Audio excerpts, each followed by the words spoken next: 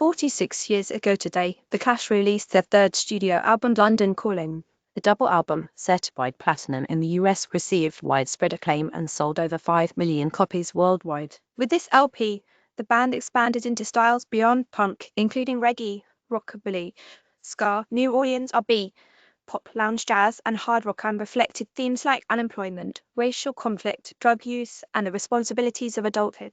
Watch Bruce Springsteen, Elvis Costello, Dave Grohl, and Stevie Van Sant performed the title track Liar at the Grammy Awards. In a 2003 Joe Strummer tribute 1969, Joe Strummer by John Coffey CC licensed. The front cover of London Calling features a photograph of bassist Paul Simonon smashing his Fender Precision bass, which is now on display at the Museum of London. Playing at the Palladium in New York City earlier that year, he was frustrated because the bouncers would not allow the audience to stand up out of their seats. The iconic album was ranked at no date on Rolling Stone's list of the 500 greatest albums of all time.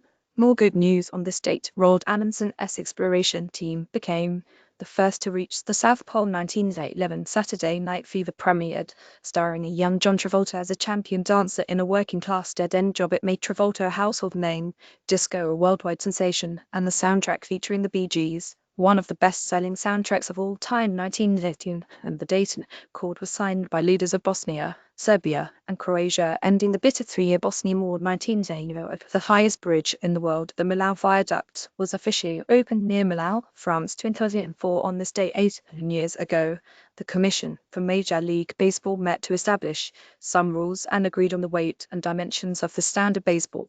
It was to be 99.25 inches to 229 to 225 mm in circumference, with a weight of 5 to 5.25 ounces, 0.42 to 0.49 kg, and be made of 108 stitches, which play a large part in the aerodynamism of the object. CC 4.0. Brian Talbot Corkwood was to be the baseball's interior, and Horsehide the source of its exterior.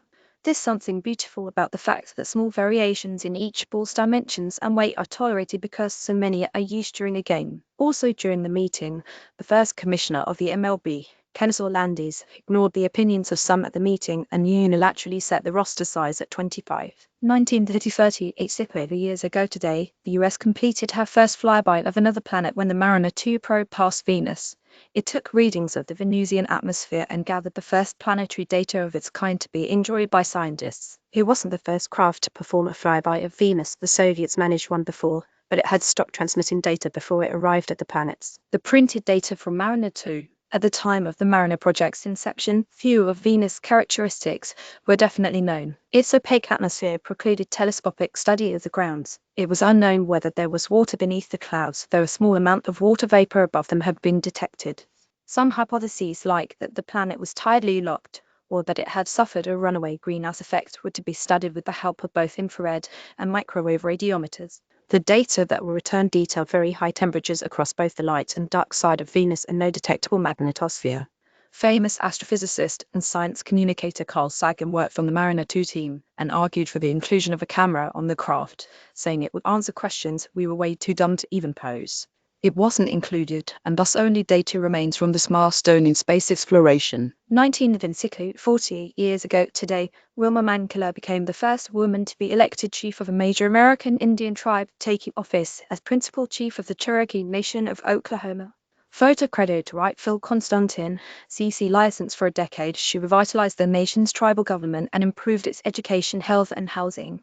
During her tenure, the nation's membership more than doubled to 110,000. Before she died at the age of 69, she authored 2 best-selling books, the autobiography Mankiller, A Chief and Her People, and Every Day is a Good Day, Reflections by Contemporary Indigenous Women. 1988, and on this day in 1908, the award-winning film Philadelphia debuted on big screens.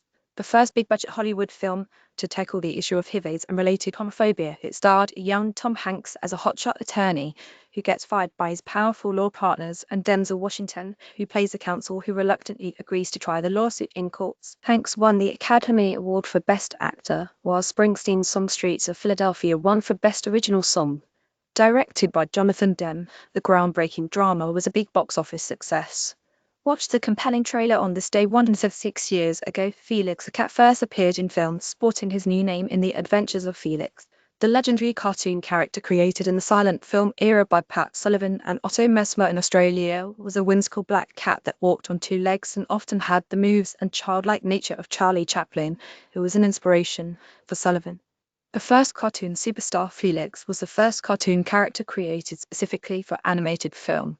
He routinely paced back and forth deep in thought, his trademark move. His shape transformed over the decades into a less angular, more cute cat with longer legs. 4 years after Felix's screen debut, the character made the jump to comic strips in 1920, with the partners producing the strips through the mid-40s. Commercial success went far beyond screen and print, however, as early as the 20s Felix the cat became the first licensed